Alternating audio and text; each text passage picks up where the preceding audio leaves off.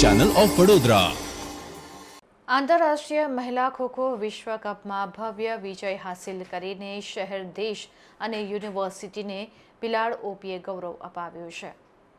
ગુજરાત રાજ્યના વડોદરા જિલ્લાના સાવલી તાલુકામાં આવેલી સ્વર્ણિમ ગુજરાત સ્પોર્ટ યુનિવર્સિટી દેશની બીજા નંબરની સ્પોર્ટ્સ યુનિવર્સિટી છે, જેની અંદર ગુજરાત અને સમગ્ર ભારત દેશના દરેક રાજ્યના અંતરિયાળ વિસ્તારોના ગરીબ પરિવારોના દીકરા દીકરીઓ કે જેઓ દરેક પોતપોતાની રમત ક્ષેત્રે પોતાનું કૌશલ્ય અને આવડત પ્રમાણે જે તે રમતમાં નિપુણ હોય અને એને જિલ્લા લેવલે, રાજ્ય લેવલે અને આંતરરાષ્ટ્રીય લેવલે તેની પ્રતિભાને બહાર લાવવા માટે યોગ્ય જગ્યા અને પ્લેટફોર્મ મળી રહે, તે પ્રધાનમંત્રી નરેન્દ્ર મોદીનું એક સ્વપ્ન હતું।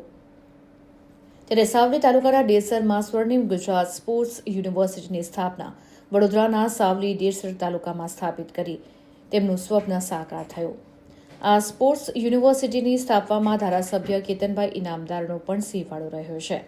આ સ્પોર્ટ્સ યુનિવર્સિટીમાં ગુજરાતના અંતરિયાળ ગામોના દીકરા દીકરીઓ તેમજ ભારત દેશના તમામ રાજ્યના દીકરા દીકરીઓ આવીને મુક્તપણે રમી શકે અને પોતાની પ્રતિભા વિશ્વ ફલક ઉપર ફેલાવી શકે તે મુજબની યોગ્ય વ્યવસ્થા અને તાલીમબદ્ધ કોચ અને સાહસી કુલપતિ ડોક્ટર રાવલના માર્ગદર્શન હેઠળ રમતવીરોને તાલીમ આપવામાં આવે છે।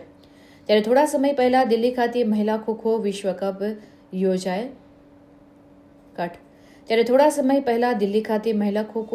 કપ યોજાયો, જેમાં 32 વિવિધ દેશોની ટીમોએ ભાગ લીધો હતો અને તેમાં ભારતની મહિલા ખોખો ટીમે નેપાળ સામે ભવ્ય વિજય મેળવ્યો હતો, જેમાં ખાસ કરીને ડાંગની દીકરી અને ગુજરાતની 60 છોકરીઓમાંથી ભીલાર ઓપી સિલેક્ટ થઈ અને મહિલા ખોખો ટીમમાં ઓલરાઉન્ડર દેખાવ કર્યો અને પોતાની ટીમને વિજેતા બનાવી છે। ભારતીય મહિલા ખોખો ટીમમાં ડાંગની દીકરી અને દેસર તાલુકામાં આવેલી ગુજરાત યુનિવર્સિટીની એક વિદ્યાર્થીની ભીલાર ઓપીના પણ વિજેતા ટીમનો ભાગ લીધો હતો। મારું નામ ભીલાર ઓપીનાબેન દેવજીભાઈ છે। હું સ્વર્ણિમ ગુજરાત સ્પોર્ટ્સ યુનિવર્સિટીમાં ખોખોમાં ડિપ્લોમા કરું છું। હું હાલમાં ખોખો વર્લ્ડ